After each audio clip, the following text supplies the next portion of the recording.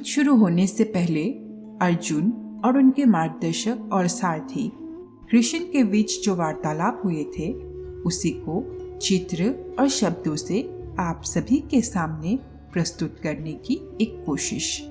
अर्जुन कहते हैं, अर्थात देवों की योनियों में जो मनुष्य होता है वो अपने सुख भोग कर स्वर्ग से भी लौट आते हैं।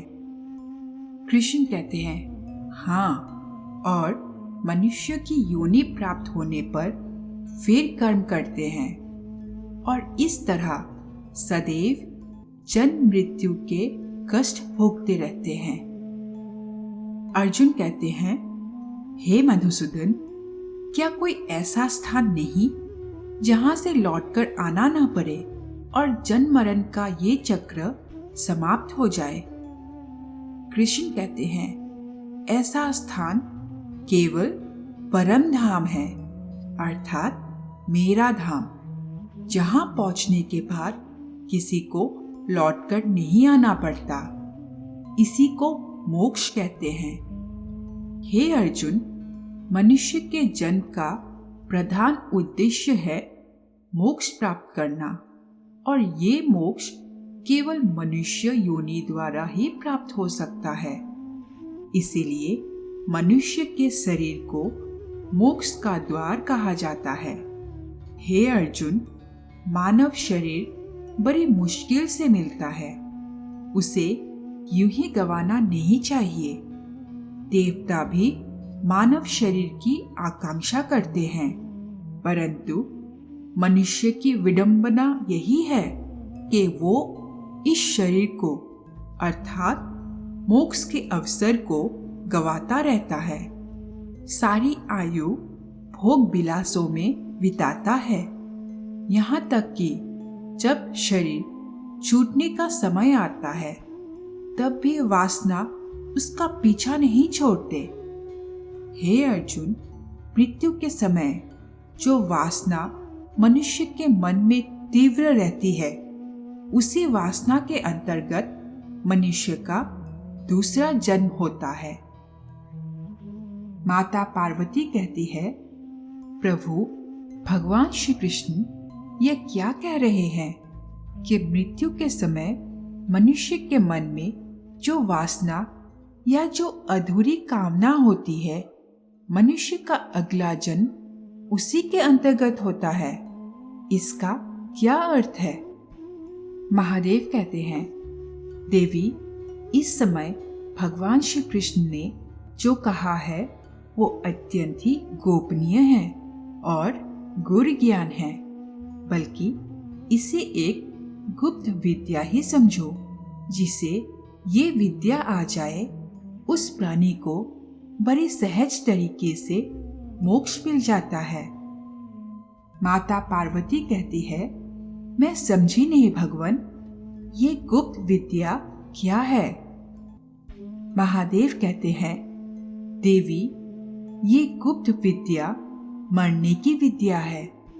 प्रभु का कहना है कि प्राणी ने चाहे कैसा भी जीवन व्यतीत किया हो, अंत काल में यदि वो एकाग्र मन होकर केवल प्रभु का ध्यान करते हुए शरीर का त्याग करे तो वो सीधा परमात्मा के शरणों में पहुंच जाता है, जहां से उसे वापस नहीं आना होता। देवी, मृत्यु का क्षण बड़ा महत्व का क्षण होता है। इस क्षण में प्राणी जिस बात का ध्यान करता है उसी के अनुसार उसे दूसरा जन्म प्राप्त होता है। माता पार्वती कहती है, भगवान, इस गुरुवाद को कोई उदाहरण देके समझाने की कृपा करें। महादेव कहते हैं, देवी, इस संबंध में महर्षि जरभरत से अच्छा क्या उदाहरण हो सकता है? माता पार्वती कहती है, जरभरत। महादेव कहते हैं, जरभरत एक निष्पाप ऋषि थे। वो मुक्ति के द्वार तक पहुंच चुके थे। उन्होंने हिरन के एक बेसहारे बच्चे को पाल लिया था। उस बच्चे से उनका मन इतना लग गया था कि हर समय उन्हें हिरन के बच्चे की ही चिंता लगी रहती थी। यहाँ तक कि अपनी मृत्यु के समय भी उनका ध्यान उसी बच्चे में था। बस अंतिम क्षण में भी, क्योंकि उनका ध्यान उसी बच्चे की ओर ही था, इसी कारण अगले जन्म में उन्हें हिरन की योनि मिली थी।